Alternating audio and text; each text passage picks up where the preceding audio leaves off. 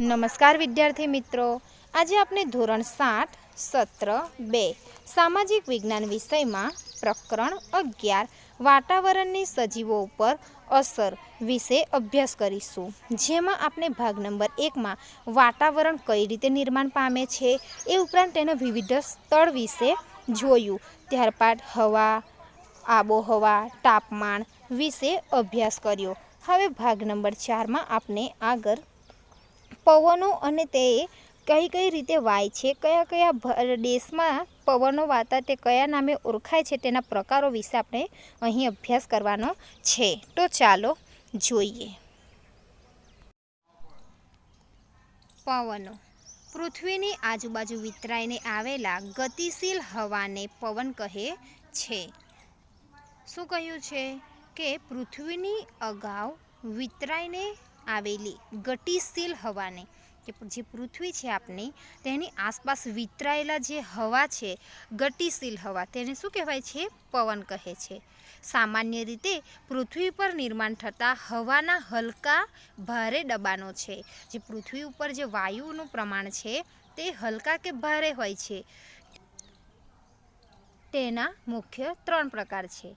એક કાયમી પવનો, મોસમી પવનો અને દૈનિક પવનો તથા સ્થાનિક। દૈનિક પવનોને સ્થાનિક પવનો તરીકે પણ ઓળખવામાં આવે છે। હવે તેના પાછળ કેટલાક પેટા પ્રકાર બતાવવામાં આવ્યા છે।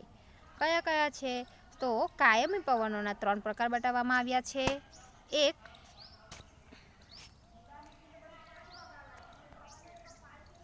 તો વ્યાપારી, બીજું છે પશ્ચિમિયા અને ધ્રુવીય।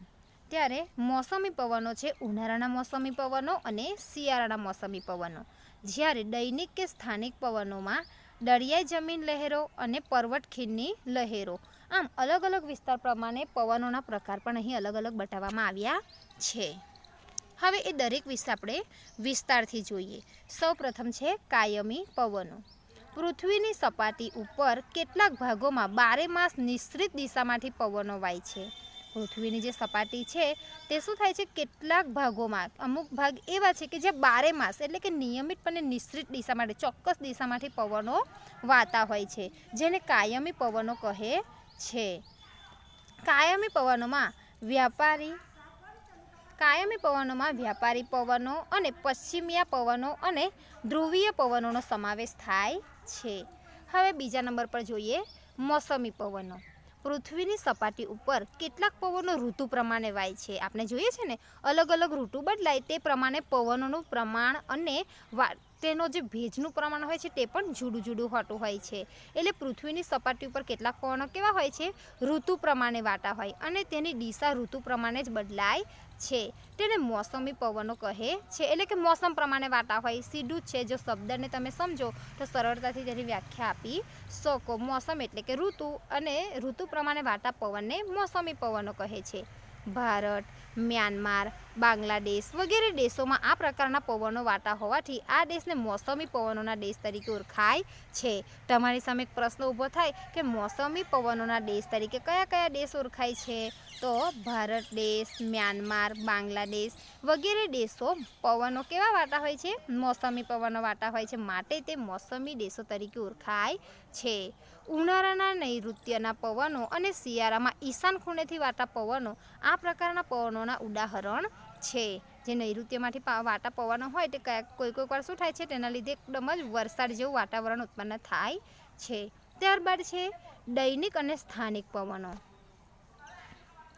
પૃથ્વીની સપાટી ઉપર કેટલાક પ્રદેશોમાં ટૂંકા સમય માટે હવાના દબાણમાં થતા ફેરફારના કારણે ઉદ્ભવતા પવનને દૈનિક કે સ્થાનિક પવન કહે છે। અહીંયા શું કહ્યું છે કે પૃથ્વીની સપાટી ઉપર કેટલાક પ્રદેશમાં ટૂંકા સમય માટે હવાના દબાણમાં થતા ફેરફારના કારણે શું થાય છે? જે પવનો ઉત્પન્ન થાય છે તેને દૈનિક કે સ્થાનિક પવનોના ઉદાહરણ તરીકે ઓળખાય છે।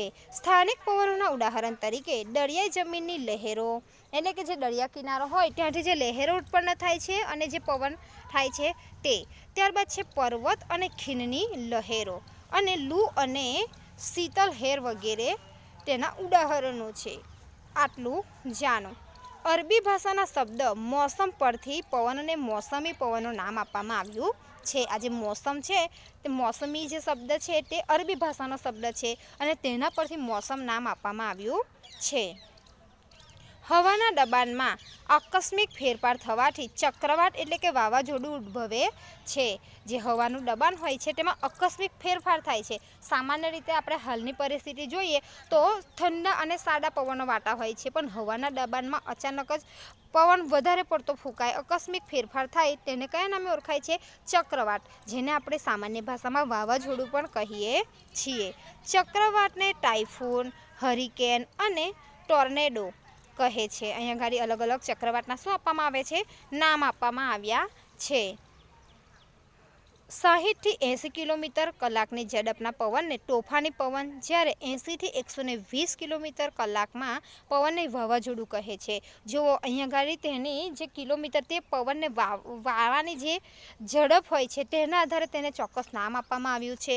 તો કે 60 થી 80 કિલોમીટરની ઝડપે એક કલાકમાં જો તે ફૂંકાતો પવન હોય તો તેને શું કહે છે? તોફાની પવન કહેવાય છે. જ્યારે 80 થી 100 કિલોમીટરની ઝડપે એક કલાકમાં વાતા પવનને શું કહે છે? વાવાઝોડું કહેવાય છે. અહીંયા એક પ્રવૃત્તિ આપવામાં આવી છે. આ બંને ચિત્રો વિશેની માહિતી અને ઉપયોગિતા તમારા શિક્ષક પાસેથી મેળવો. અહીંયા ગાડી જે આપેલું છે તો આ શાના માટે ઉપયોગી છે? તો કે કઈ દિશામાં સૌથી વધારે પવન થાય છે તે આપણને જાણી શકાય છે. એક તો પવન દર્શક છે, આ જે પહેલું આપવામાં આવે છે ચિત્ર તે શું છે? પવન દર્શક, કે એ દર્શાવે છે કે કઈ દિશામાં સૌથી વધુ પવન વાઈ રહ્યો છે. અને પવન વેગ માપક, કે પવનનું વેગ કેટલું છે તે માપવા માટેના આ બે યંત્ર આપવામાં આવ્યા છે. હવે જોઈએ ભેજ. સમુદ્રો અને જળાશયોમાંથી પાણીનું બાષ્પીભવન થતાં શું થાય છે? જે મોટા સમુદ્ર હોય છે, જળાશયો હોય છે, તેમાં ગરમી પડતા જે વરાળ થાય છે અને વરાળ સ્વરૂપે તે શું છે?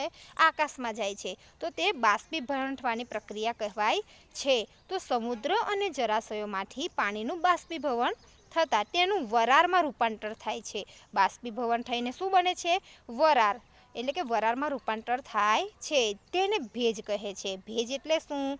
એવી વ્યાખ્યા હોય તો તમે અહીંયા કહી શકો છો કે સમુદ્રો અને જળાશયોમાંથી પાણીનું બાષ્પીભવન થતાં તેનું વરાળ સ્વરૂપમાં રૂપાંતર થાય છે અને તે ભેજ બને છે. તેને ભેજ કહે છે. ભેજ પૃથ્વીની સપાટીમાંથી બાષ્પીભવનની પ્રક્રિયા દ્વારા વાતાવરણમાં ઉમેરાય છે. આ જે ભેજ છે તે પૃથ્વીની સપાટીમાંથી બાષ્પીભવનની પ્રક્રિયા થાય છે અને તેના દ્વારા વાતાવરણમાં ઉમેરાય છે. વાતાવરણમાં રહેલા ભેજ ઘનીભવનની ક્રિયા દ્વારા વાદળો બની વરસાદ સ્વરૂપે પૃથ્વીની સપાટીને પુનઃ પ્રાપ્ત થાય છે. એટલે કે આ એક કુદરતી સ્ત્રોત છે કે જે જળાશયો હોય છે તે જળાશયો શું થાય છે? ગરમીના કારણે વરાળ બંધાય છે, વરાળ ઉત્પન્ન થાય છે અને વરાળના કારણે શું થાય છે? ઘનીભવનની પ્રક્રિયા થઈને આકાશમાં વાદળો બંધાય છે અને તે વરસાદ સ્વરૂપે પાછું પૃથ્વી ઉપર પડે છે અને તે ફરી પાછું જળ સ્ત્રોત નિર્માણ કરે છે.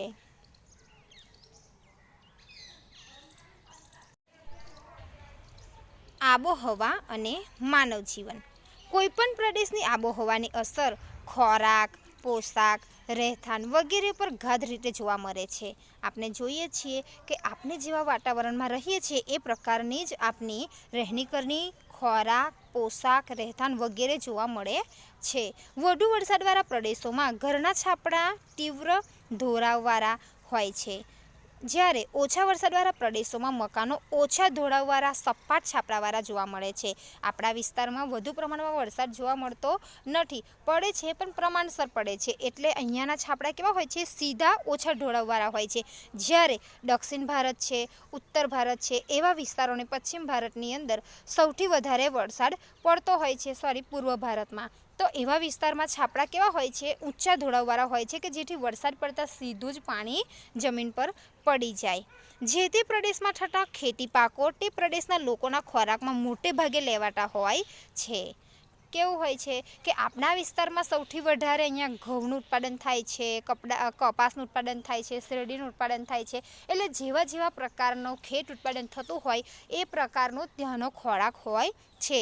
દાખલા તરીકે મેદાની પ્રદેશોમાં લોકોના ખોરાકમાં ઘઉં અને પર્વતીય પ્રદેશના લોકોના ખોરાકમાં મકાઈ લેવાય છે. એટલે કે જો પર્વતીય પ્રદેશ હોય તો ત્યાં ગાડી ઘઉં સરળતાથી થઈ શકતા નથી અને મકાઈનો પાક સરળતાથી ઉત્પન્ન થતો હોય છે, જેના કારણે ત્યાંના પ્રદેશના લોકો સૌથી વધારે મકાઈનું ઉત્પાદન કરતા હોય અને ખોરાકમાં પણ તેનો ઉપયોગ કરતા હોય છે. આગળ જોઈએ, જે પ્રદેશમાં ઠંડી વધારે પડે છે ત્યાંના લોકો આખું શરીર ઢંકાય તેવા ગરમ ઊની વસ્ત્રોનો ઉપયોગ કરે છે. દાખલા તરીકે લખનઉના લોકો, લખનઉ એટલે કે ઉત્તર પ્રદેશ, જે ઉત્તર ભારતના લોકો હોય છે, ઉત્તરાખંડ, જમ્મુ કાશ્મીર, એ બધા વિસ્તારો કેવા છે? ઠંડા વિસ્તારો છે. ત્યાં ગાડી ઠંડી ખૂબ જ પડતી હોય છે, તો ત્યાંના લોકો કેવું પડે છે કે ઠંડા ઊનના વસ્ત્રો, ગરમ ઊનના વસ્ત્રો પહેરતા હોય છે ઠંડીથી બચવા માટે. જ્યારે આપણે જે મધ્ય ભારતના લોકો હોય છે ત્યાં ઠંડી અને ગરમીનું પ્રમાણ કેવું હોય છે? સમતોલ હોય છે, જેના કારણે બધા જ પ્રકારના વસ્ત્રો ઋતુઓ અનુસાર તેઓ પહેરતા હોય છે. આગળ જોઈએ, ગરમ આબોહવા ધરાવતા પ્રદેશના લોકો સુતરાઉ અને ખુલ્લા વસ્ત્રો પહેરે છે કે જેથી જે પરસેવો થતો હોય તેનું શોષણ થઈ શકે. દક્ષિણ ભારતના લોકો, આપણે જે દક્ષિણ ભારતમાં આપણો જે વિસ્તાર છે ભરૂચથી લઈને આગળ ડાંગ જિલ્લા સુધીનો જે વિસ્તાર હોય છે એ ગુજરાતનો, તે દક્ષિણ ગુજરાત તરીકે ઓળખાય છે. એ ઉપરાંત જે મહારાષ્ટ્ર છે, તામિલનાડુ છે, એ બધો એરિયો જે છે, કેરેલા, એ બધો દક્ષિણ ભારત તરીકે ઓળખાય છે. તો ત્યાંના લોકો સુતરાઉ કપડાં પહેરતા હોય છે. ગરમ રણ પ્રદેશના લોકો સતત ઉડતી રેતીથી બચવા માટે માથે રૂમાલ કે કપડું વીંટાળે છે. દાખલા તરીકે અરબસ્તાનના લોકો કે ત્યાં આગળ રણ વિસ્તાર છે, તો રણમાં સતત રેતી ઉડે છે અને તેનાથી બચવા માટે તેઓ શું કરે છે? માથા ઉપર સતત રૂમાલ બાંધી રાખતા હોય છે. ગરમ અને ભેજવાળી આબોહવાવાળા ક્ષેત્રમાં માનવ સ્વભાવ આળસુ, જ્યારે સમશીતોષ્ણકટિબંધ પ્રદેશમાં આબોહવા ખુશનુમા હોવાથી લોકોનો કાર્યક્ષમતા વધુ હોય છે. જો જે ગરમ અને ભેજવાળી આબોહવાવાળો જે પ્રદેશ હોય ત્યાં આગળ શું હોય છે તો કે ત્યાંના માણસો કેવા હોય છે? આળસુ હોય છે. જ્યારે સમશીતોષ્ણકટિબંધવાળા જે વિસ્તાર એટલે કે ઠંડો પ્રદેશ હોય એટલે તેમનો સ્વભાવ પણ ઠંડો હોય છે અને તેમની કાર્યક્ષમતા વધુ હોય છે. આગળ છે, મોસમી આબોહવાના પ્રદેશોમાં વર્ષા ઋતુ સિવાયના સમયમાં વિવિધ સામાજિક પ્રસંગોની ઉજવણીનું પ્રમાણ વિશેષ જોવા મળે છે. જ્યાં આગળ મોસમી પવનો, દાખલા તરીકે આપણો ભારત દેશ છે ત્યાં આગળ મોસમી પવનો વાય છે, માટે ત્યાં આગળ અલગ અલગ ઋતુ પ્રમાણે અલગ અલગ પ્રસંગો ઉજવાતા હોય છે અને તેની આપણે મજા માણી શકીએ છીએ. એટલે કે માનવ જીવન પર આબોહવાની ખૂબ જ વિશેષ અસર રહેતી હોય છે. જેવી આબોહવા હોય છે તે પ્રમાણે જ ત્યાં લોકોનું રહેણી કરણી પણ હોય છે. તો આનાથી વિશેષ અભ્યાસ આપણે નેક્સ્ટ પીરિયડમાં કરીશું. ધન્યવાદ.